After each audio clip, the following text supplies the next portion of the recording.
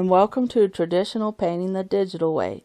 This is where I use digital painting apps to teach traditional painting techniques. This is part 3 of my Moon in a Jar series, and in this video I'm going to be working more on the moon and working more on the stars.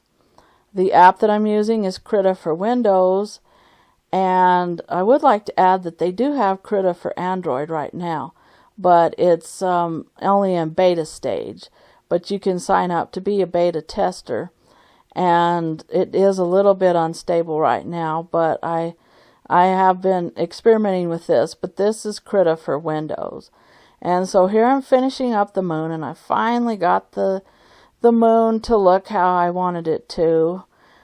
If you watch part 2, you can see that I really struggled with the circle tool till I finally figured out to start with a whole circle and then subtract from it. And so here I'm trying to draw a string because I want the moon to look like it's hanging from a string in the jar, and I just like that look. It's like they have in kids' rooms or playhouses or plays, and it just kind of looks cute, and so that's what I was trying to do here. So I'm using the line tool in Krita, and I did find the line tool, and it works kind of pretty much like the line tool in Infinite Painter, which I'm really used to. And so I'm just trying to add a real thin yellow line so that it looks like a string is from the moon, and hanging off on the bottom of the moon I want to have some stars. So I'm just doing little bitty strings there, and then here I want to go ahead and draw the stars. And so first I'm just going to kind of put placeholders there, and then I'll make the stars look a little bit better later on. And if you've seen one of my previous videos where I drew the lamb and the playroom and it had stars on the wall, you see that I had a lot of trouble with the stars just because I seem to have forgotten how to do them.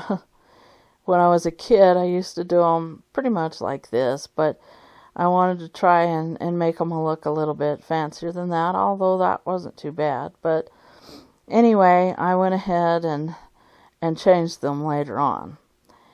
And so here I just wanted to go ahead and work on the glass a little bit, try to get the edges of the glass on the jar a little bit brighter. So I was using a light purple.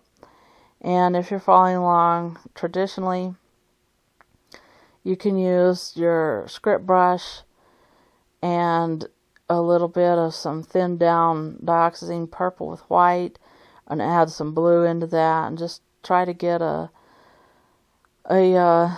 nice edge there. And it needs to be symmetrical, and it wasn't symmetrical here because I wasn't using the symmetry tool, but they do have one.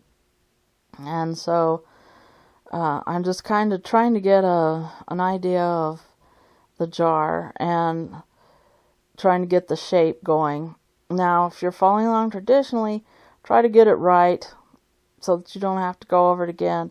But since I was just playing around with Krita and trying to figure out Krita more than doing traditional painting techniques here, I was just erasing it and playing around with it.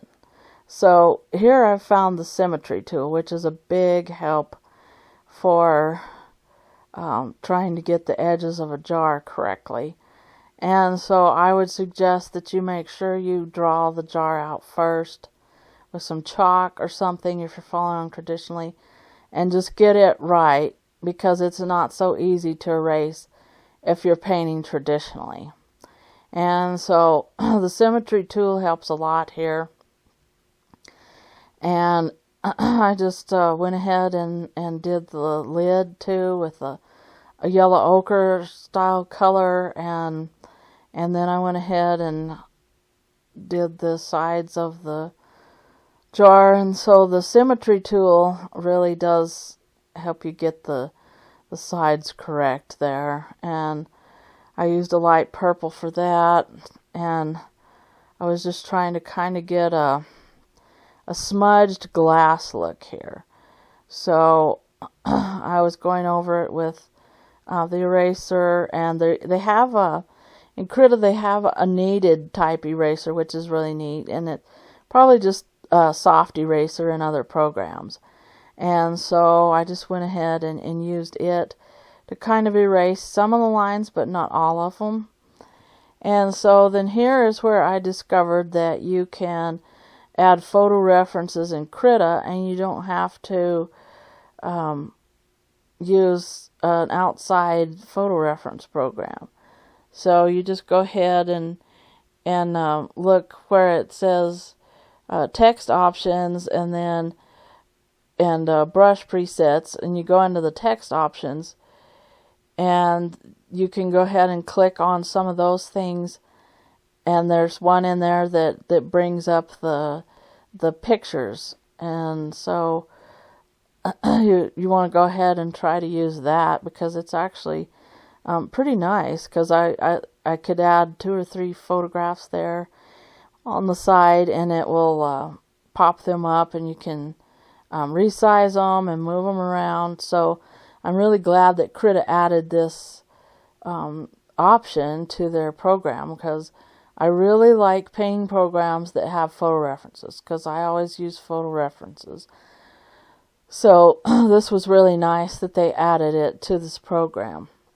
And then here I wanted to go ahead and make the jar look bluer instead of purpler, so I went back and used the symmetry tool and kind of went over the purple lines, and also tried to add a little bit of some texture to the jar lid, and I was using kind of a really thin brush there. And if you're following along traditionally, you could use your script brush for that and use ultramarine blue with white acrylic gesso and just get that color and smudge it with your finger. The edges of the jars, you want to take your finger or a paper towel and just kind of smudge it.